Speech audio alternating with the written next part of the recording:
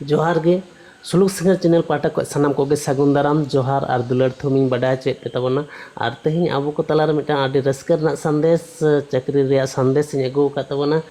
जे सानताड़ी medium ते professor रना मिटा मारांग दाव ᱧᱟᱢ कना तो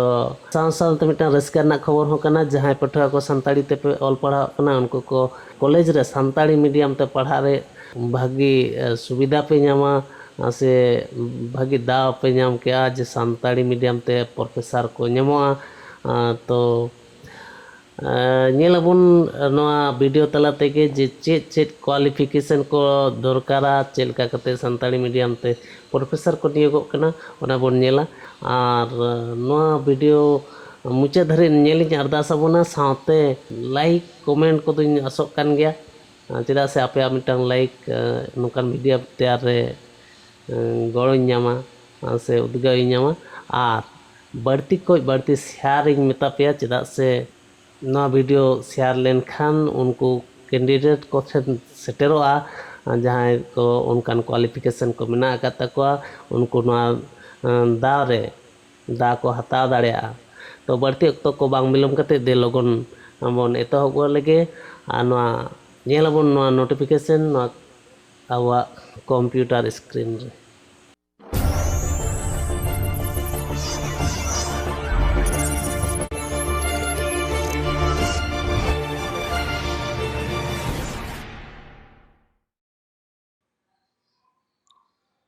नॉय बन नेलेट गया ओना नोटिस बाकुड़ा यूनिवर्सिटी रना नोटिस जहाँ रे असिस्टेंट प्रोफेसर को बहालोग कना कॉन्ट्रैक्चुअल बेसिस ते ओना नोटिस नोडे बन नेलेआ नोडे मेमो नंबर मेना डेट मेना तो नोआ नोटिस रे चे लई केदा ओना के नासे बन नेल लगे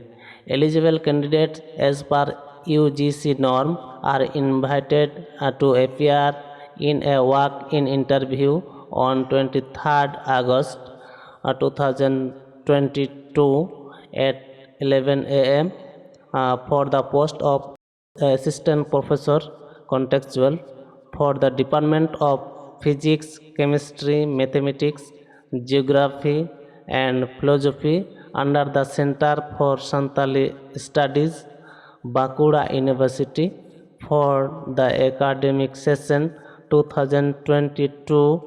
to 2023 on a purely temporary basis. Specialization open. Medium of instruction strictly in Santali language. Venue, room number 108 of Administrative Building, Bakuda University. Reporting time 11 a.m. और नोडे बन नेल के गया जे physics chemistry mathematics geography and philosophy नोआ को सातामते जहाँ को बो क्वालिफाई कदा MA बो कराव का से नेट सेट को पास में ना उनको कैंडिडेट्स नोआ सातामते प्रोफेसर को हुई दाड़ेआ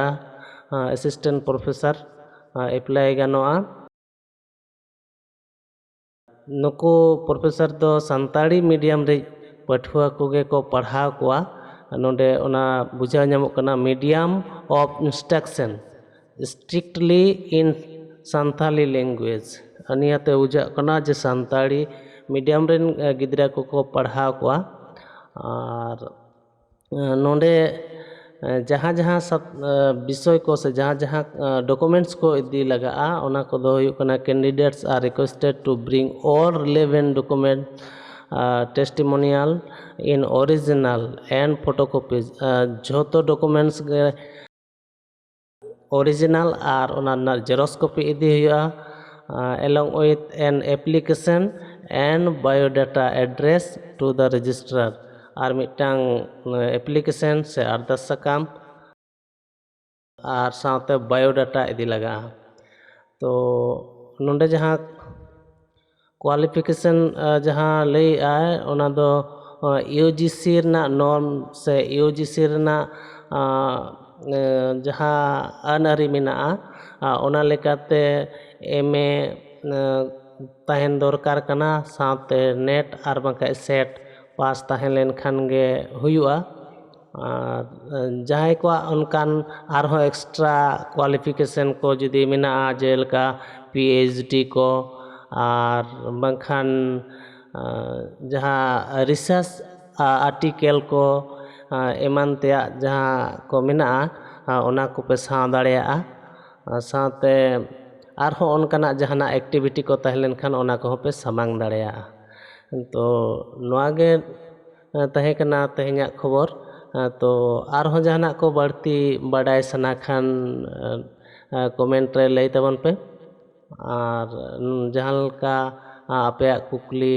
तहलेन खान तेला एम रना रिका हुआ। और अरदास तहना ना वीडियो बढ़ती कोई बढ़ती पसना तबन पे शेयर तबन पे, जहाँ ते उनकान कैंडिडेट्स को ठेन ना सेटेर दाड़िया। और आशा तहना ना वीडियो पे कुसिया लाइक तबन पे और कमेंट शेयर तबन पे। मान खान चरे सनम को के जोहार।